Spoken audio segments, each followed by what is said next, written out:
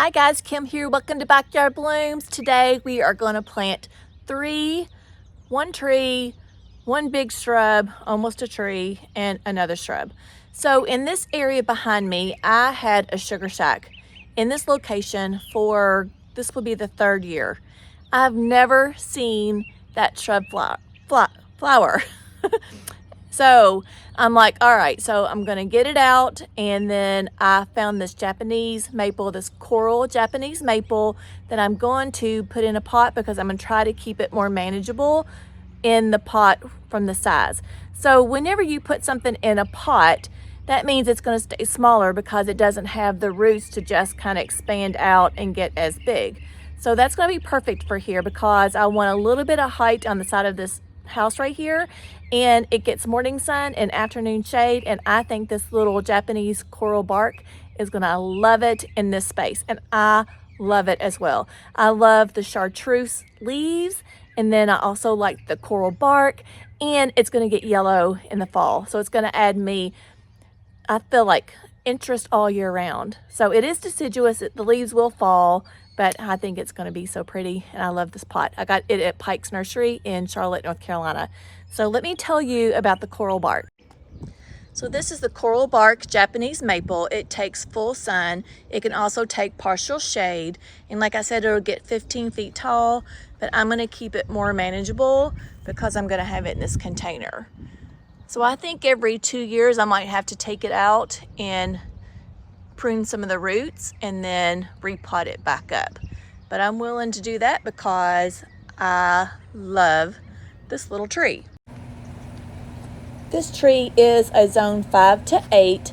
It is gorgeous. It is colorful, and it is a manageable size. It makes a perfect focal or accent tree. You can plant this tree near a deck or a patio.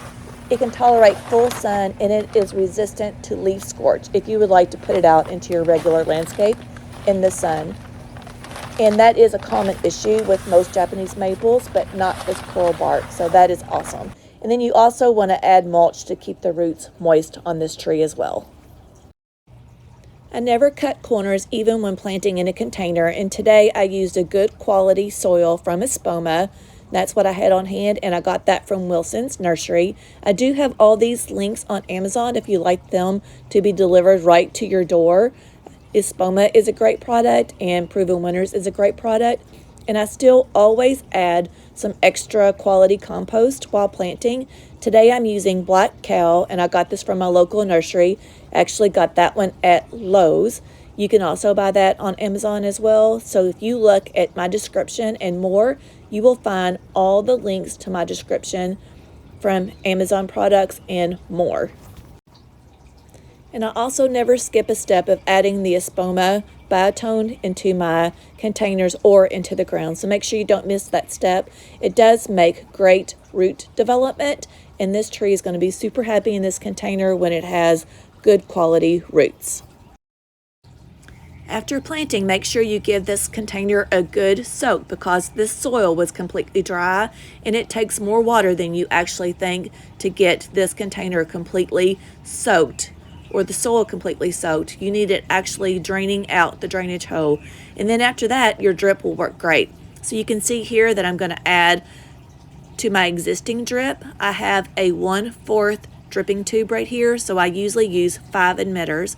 So I'm counting 5 emitters, and then I'm going to use a coupler, and I'm going to attach my black tubing to this brown tubing that's actually going to give me water. So here I'm counting out 5 emitters, and then I'm cutting using my Felco 2 pruners because I love them. And then this is a 2-way coupler, and I'm going to shove it in or kind of wiggle it in. It's kind of hard because once it's in there it stays. And then I'm going to wiggle the 2-way coupler in, and then I'm going to attach it to my black tubing. The black tubing just takes it from A to B. So I have it through the drain hole coming all the way up to the top of the container, and then at the very end you do have to put something at the end. You can either add an emitter or just a stopper. So here I'm adding a stopper because I think and I believe that this is going to work great. But if it's not, then I can go back and always cut that end stop and add another emitter to the end where this tree is going to get some more added water. And then to hold this in place, I use a landscape staple, as you see here, and I'm probably going to need a couple of them. And then after I get that in place, then I'm going to add some mulch on top to the container. That way it will help hold all this moisture in. Tubing does great because you're not going to evaporate any of your water, and the water is getting exactly where it needs to be, is right to the roots. And there's, like I said, no evaporation, no waste in water, and it actually helps in preventing disease to the plant as well, which is an absolute plus. I've said this before, and I have many videos on drip, and I try to do my best to teach you guys without having to pay for you to pay and charge to learn here on YouTube. So take advantage of those videos, and I'll link a few of them, or I'll link my playlist at the end of my end screen here. So now I need to connect this black tubing with another two-way coupler, the same one that I just saw when I did on the container. And I'm trying to move this container around a little bit so I can reach. This is my puncher hoe. This is going to punch into the 1/2 inch tubing. I'll bring the camera a little closer here in just a second. But I'm going to punch a hole into the 1/2 drip tubing with this puncher. And then I'm going to take my black tubing with the coupler and just insert where I just made that little hole. And that will connect this container to my existing drip system that I've already laid out in this flower bed. I will also link in my description all the little pieces and parts to do a drip. So you can, if you're having a hard time going to Lowe's, to the plumbing section, and finding all these parts and pieces, then you can order the whole entire thing off Amazon, because I've done my due diligence about getting every one of these little links for you. So you can just go to my details and look at the description, and everything will be listed there for you as well. And then here's just looking up close. I need to add a little bit more mulch to this. If you come over here, you can see container right here, but I wanted to show you this is the black tubing, the half, this is the drip tubing, right? Two-way coupler, and then the drip. I sometimes call this brown tubing my copper tubing, and I'm not sure why I do that, but that's what I do. It's the same thing. It's still drip. That way, and then I'm adding mulch. The water will stay underneath and won't evaporate. For me, when I work full time, it just makes things so much easier for me to have this drip system, and I feel like it is one of the parts of my success of having here, so it goes into the drain hole that I do have, because it just gets consistent watering, and there's no way that I am able to give it consistent watering. Life gets in the way, and then you forget, and then 1 or 2 days go by, and then that container is not getting any water, and then it suffers.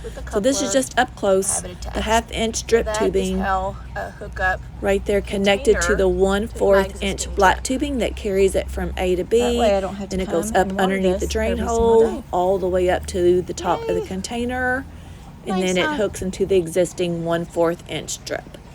And look how beautiful this tree is, you guys. I mean, comment, do you love this? And then this is just a picture of some of the parts that I have.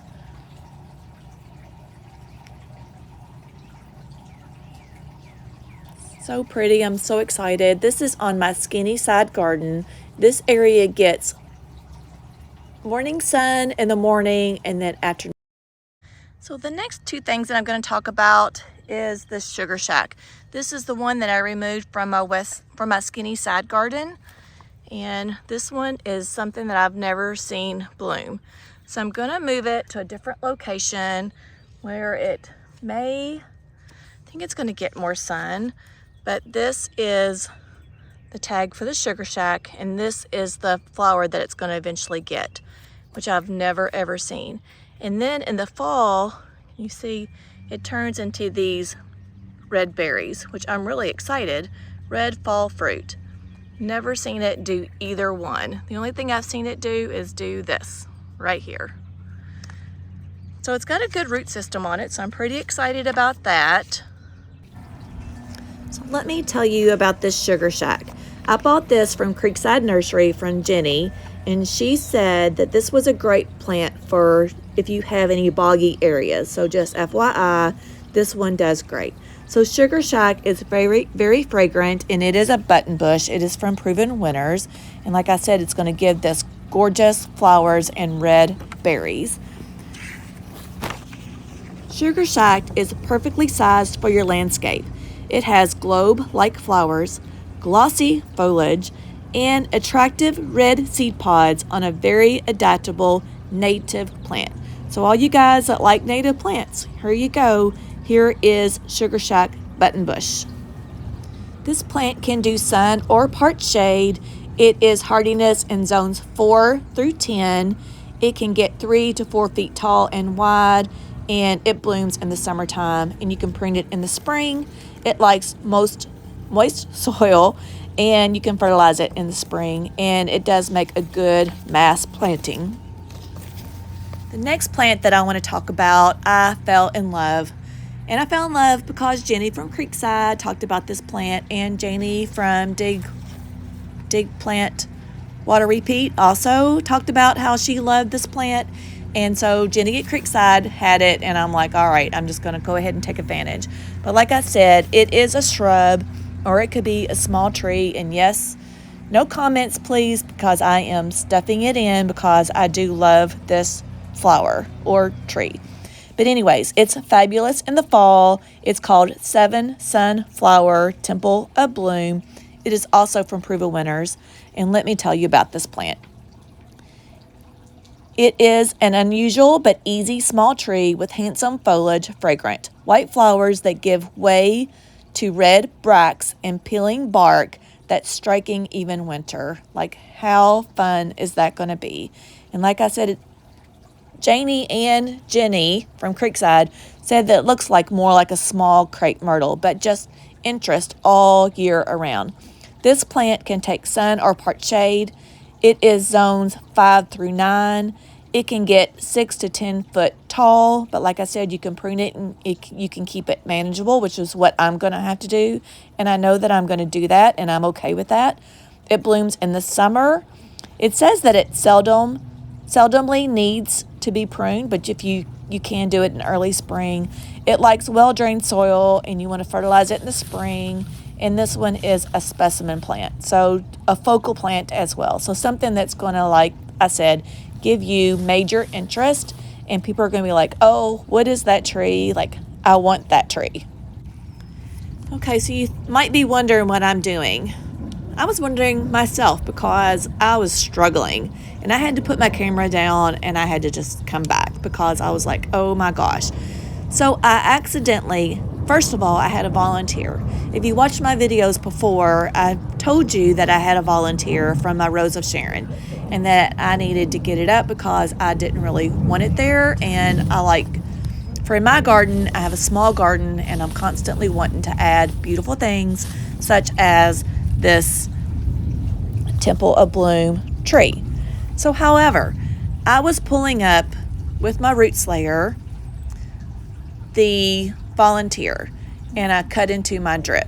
But I found my drip, which is not a bad thing. It was a bad thing and a good thing. I found my drip, but I cut into it. So I had to go put pieces together. And when I connected it, the part that I had cut through with this 2-way coupler, but it's a 1/2 inch coupler. I don't know what I'm even pointing. Oh, I'm showing where I cut. I had cut twice. I didn't even realize it. So I'm making myself dizzy here as well. So I fixed the one area that I cut into, and then I found another piece that I had cut into as well, which was going to leak and was going to make a mess. So I had to fix it too. So I cut again, but then I didn't have enough tubing to connect it. So yeah, that's where I cut into it as well. So I'm wanting to make sure that I fixed it right. And since I'd already had to come back and fix this, I wanted to add more drip. So I put in a 3-way coupler so I can add more 1/2 inch tubing, because a lot of the drip that I had put in here 5 years ago, and I added 5 years of mulch on top, plus all the roots, My existing drip is all the way down into the ground, a good 3 to 4 inches. So it's pretty hard for me to find. So yeah, I messed up. I had to put everything down. I had to go grab some 1/2 inch black tubing to fix it and go get more parts. So yeah, it was just an absolute mess, but sometimes you have to use some pretty critical thinking to figure out how to fix it, and I fixed it.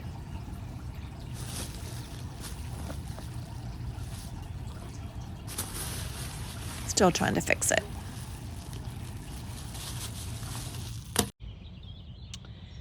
So I had to stop because I was having a hard time, but I want to add some drip. This is what my drip tubing looks like. That's under the mulch that you never get to see. These are emitters right here, and they're emitters every 18 inches, I think. You can see one there, and then here. And then at the very end of it, you want to put an end stopper on. So this goes into the 1/2 inch tubing, and this screws on and off, but you want to make sure this is tight. So this is what the end cap looks like. And so I already have drip in there, so I'm just adding existing drip because I accidentally cut into the drip with my root slayer that you see right there. It's hard to tell if it's a root or that. Anyways, yeah, I thought it was a root, and I cut right into it. Look at this cat's pajamas. Let me just give you a little garden tour. Isn't that beautiful? That rose is starting to pop out. You guys, the deer did kind of break through my fence, and I had to add more fishing line just to kind of give you an update. It's working, but I had to add 5 strips across instead of 3, and I'll show you that. But look at this first rose that has came out. This is my very first one. This is Olivia. Tell everybody hi, Olivia. She's so pretty. And then Celebration there, and then more Olivia there. So everything is just budding up and coming out so nice. Now this is my butternut bush, my Sugar Shack bush that I just removed and replanted. And it's probably too hot to be doing this. It went from like 65 degrees to like 85 degrees, which is just crazy. But anyways, at least we have cool nights. I'm gonna have to make sure I give this a lot of water because I just, like I said, planted it. It's gonna probably be in shock. And I watered it really good before I even put it in the ground. So I'm excited. I hope to get some blooms on this to show you guys, since I love blooms. And then this is my temple of bloom there. That's gonna be my small shrub, big shrub, large tree right there. Yes, I am fitting things in here. If you find something that you love, I'm just gonna like make it fit, even if I have to prune things. So that is that, right next to the Rose of Sharon right here. And she's gotten big. Miss Rose of Sharon has gotten huge. And then right there where I was using my root slayer was a volunteer from this, and it got quite big. So I cut that volunteer out, and then I cut into my line. And that's what I was trying to show you guys. But my next door neighbor was mowing, so I couldn't really use my voice. But anyways, I had to cut this, and I added a 3-way coupler so I can extend my drip I want to add to it. And then it was cut over here as well, and then this piece and that piece would not reach, so I had to add a 2-way coupler. And this piece right here is just a 1/2 inch black tubing. This one just carries water, it does not drip. So that's the difference between a 1/2 inch regular tubing and drip tubing with the emitters.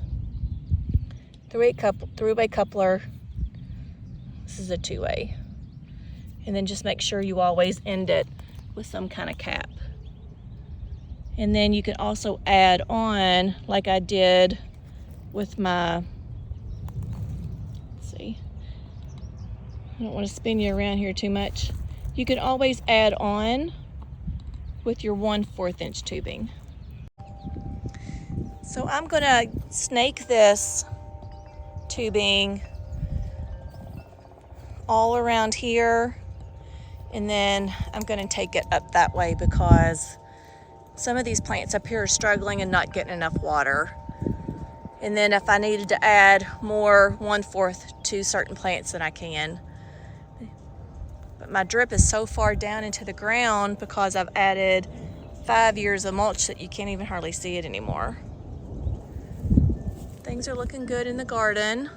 So remember when I told you the deer came and pulled them up and ate some of them? Well, I had some that survived, and look how pretty they are, you guys. I love the salmon color, and there's just this is like the same corm, but different colors. Isn't that pretty? And then I always like to show you the middle of a flower.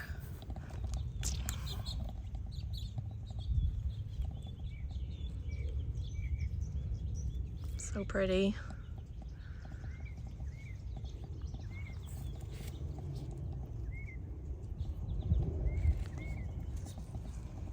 I wish they bloomed just a little bit earlier because now I don't want to pull these up and I need to put dahlias in here. My dahlias. This is my savanna bed. If you're interested, it was easy to put together. I have a discount code for that. And then I have snap peas in the corner here. It's not snap peas, sugar peas. Sugar peas that are gonna grow up. They haven't had a lot of growth since I put them on here, and all of this stuff is volunteers from last year. I'm just gonna have to constantly come in here and pull all this up.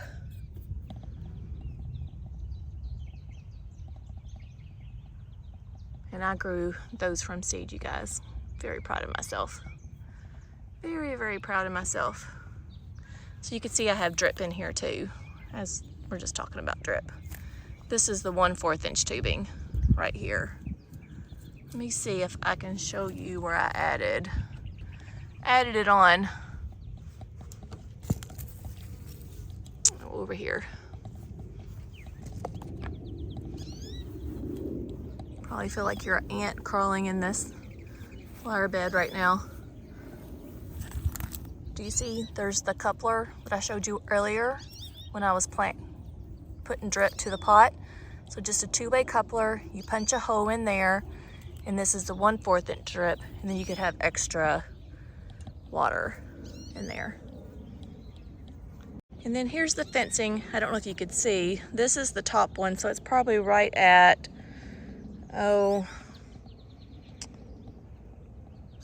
it's above my waist. But I've got this one, 1, 2, 3, and 4. And then down there, we had to add even another one because the ground is a little bit higher up here. So we got here 1, 2, 3, 4, 5 lines to that one. And then so far they haven't been able to get through that, but they did get through when it was just 3 lines. All right, guys, I'm a sweaty mess, and it's, like I said, it's hot out here, and for some reason I was just really frustrated today planting. Sometimes you've just got, like, you can bring that vibe and that inspiration, and other times you just struggle. So anyways, I hope that you still learned something today. I planted 3 trees. I planted my coral maple that I just love that, you guys. I think it's going to be beautiful, and I like the container, and I like right where it's at too. I think it's going to hide that air conditioning unit just a little bit, and I'm going to be able to keep it on the smaller size since I'm putting it in a container. And I will have to do some maintenance. I'm going to admit that I will have to.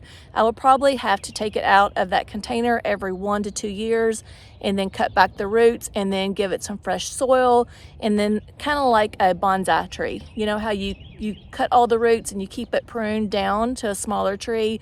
So that's what I'm going to kind of do. I'm going to treat it as my bonsai tree. And then I hope you loved all these ranunculuses. I think they're so, so pretty. And I hope you learned about drip, and don't be scared about drip. I have in the links all the parts and pieces that you can get on Lowe's if you want to look at drip. I have videos about drip. I learned myself how to put that in, and it's just like a puzzle, so you can do it too. If I can do it, I promise you can do it. You won't have to pay anybody to do that. So look at my videos. My very first video, I do apologize, I had music in the background.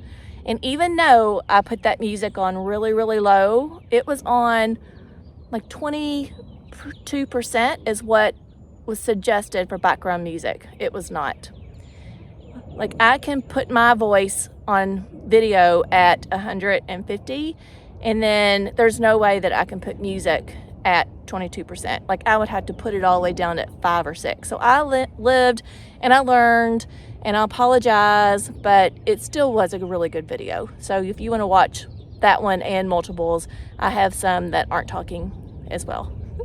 I promise you, I learned my lesson. But I like background music. It was just too loud. So anyways, what else did we do today? We learned how to plant. I planted with my auger. I used my biotone. I used compost in the hole. Always amend your soil with some type of compost and biotone, or some type of root stimulator. If you don't want to use biotone, use substitute root stimulator. And then always put a couple of handfuls of compost into your hole, and then I juice it all up with my power planter, and then I put compost on top. That way it will like seep into that soil as well. So that's how you amend clay soil. And you want to plant 1.5 to a half to 1 inch above your soil level, because you want to mound it up. That way it will drain. What else did we learn today? Do not cut your drip line with your root slayer and make more work for yourself. But I needed to add more drip in there anyways, and I was like, oh, there you are, I found you. So now I gotta like put that drip in place and put it down with landscape staples. See, I'm so tired I can't even talk. Well, anyways, make sure you like, share, and subscribe my videos. They help me tremendously. And like I said, there's still 75-80% of people that watch me that had not subscribed. So I can make that subscriber increase if you just would hit that subscribe button and like button and share my videos, so I can get myself out there. And I'll see you in the next video. Bye, friends.